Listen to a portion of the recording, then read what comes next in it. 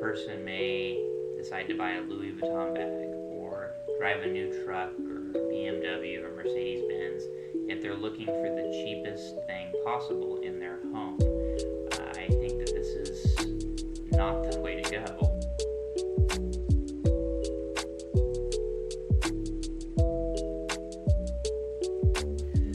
So, what is a live in flip? A live in flip is when you purchase a primary residence, a new home for yourself to live in, with the intention of renovating it and flipping it, renovating it to sell. Typically, people will live in those homes a minimum of 2 years. There's some tax benefits to living in the home. Um, if you live in the home 2 of the previous 5 years, and I am not a tax advisor, so this is just anecdotally from what I have been able to do. But if you live in a home 2 of the previous 5 years, you are able to sell it and essentially walk away from capital gains tax. And so that is an avenue that we have employed in our path to the home that we live in now.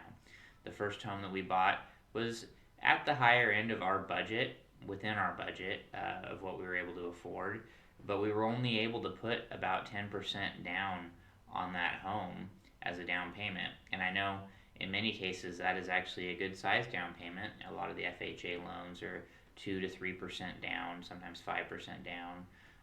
But over the course of that flip, we were able to make enough money from that flip in order to put 20% down on our next home and still have some money behind to start work and renovations on that home.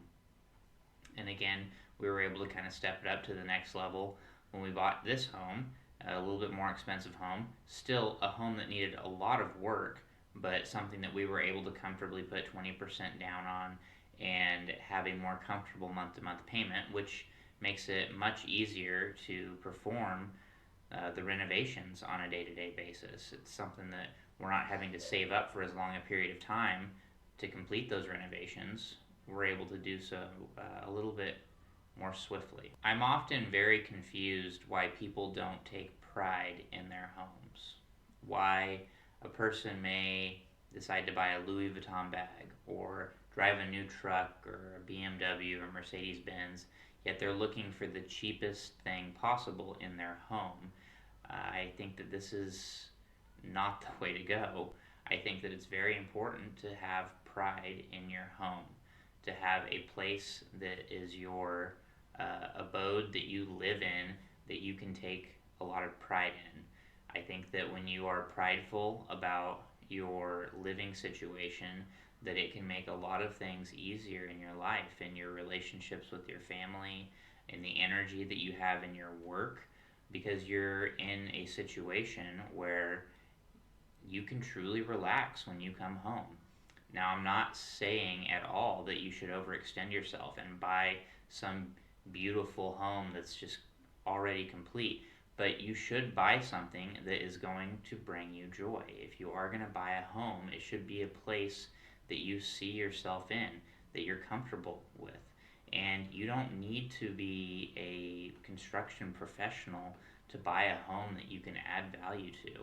So, if you're just starting out, buy what is comfortable, what you can comfortably afford the payment for, but a home that is not going to be too difficult for you to renovate, or is not going to be too expensive for you to get it to a point where you are very comfortable and feel very satisfied with your living situation. I see a lot of people that drive really nice cars and they're parked in front of homes that are just run down and the yards are not well kept up and the paint's peeling, and I can just tell that their priorities are not in the right place. And the home isn't necessarily the number one priority. It's definitely not the number one priority for Lauren and I.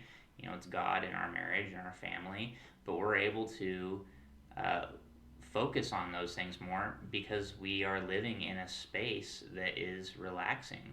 And right now, Lauren may disagree about whether it's relaxing because we do have several rooms in some state of renovation, but the home in general is a place that we want to be. We want to be here every evening and every weekend and every chance that we get because it's just enjoyable to be here.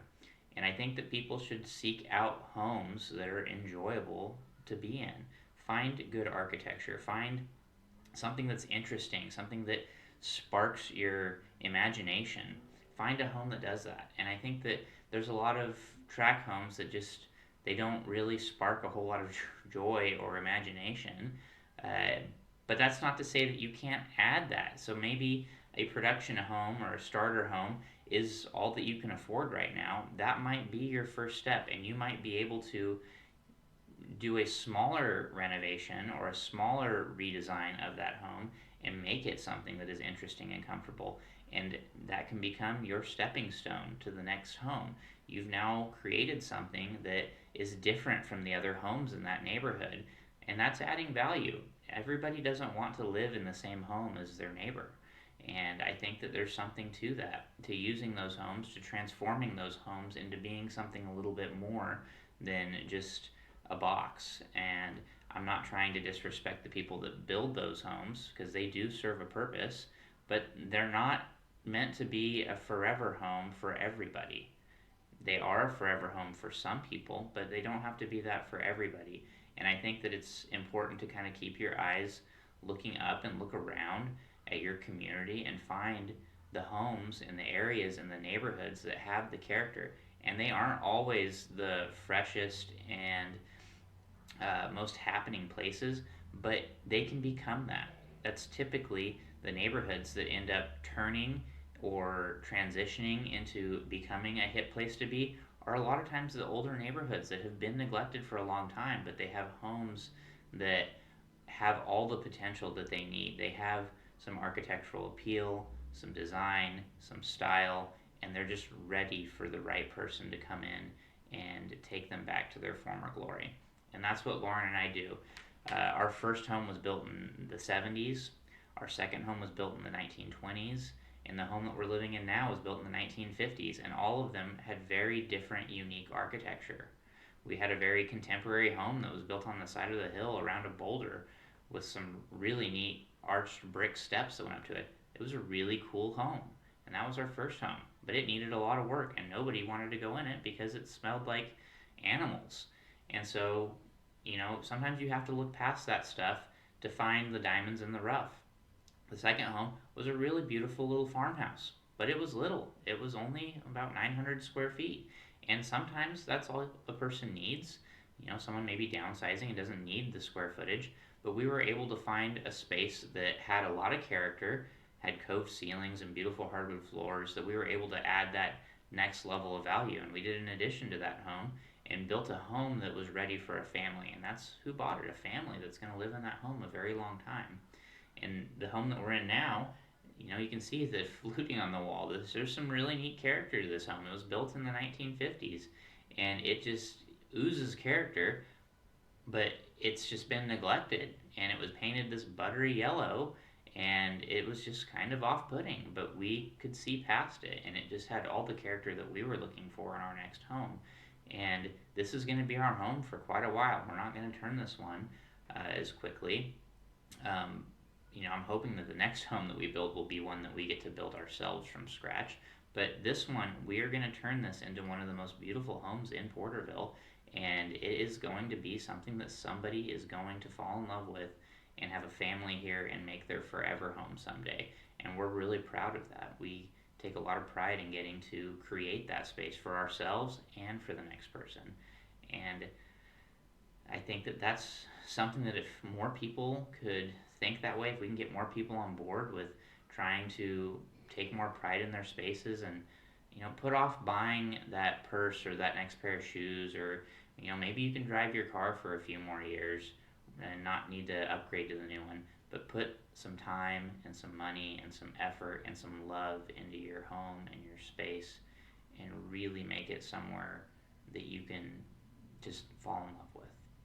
So this is it for today. Thanks for sticking through this. If you have any questions, leave them in the comments. We look forward to hearing from you, and hopefully you'll tune in for future videos. Thank you.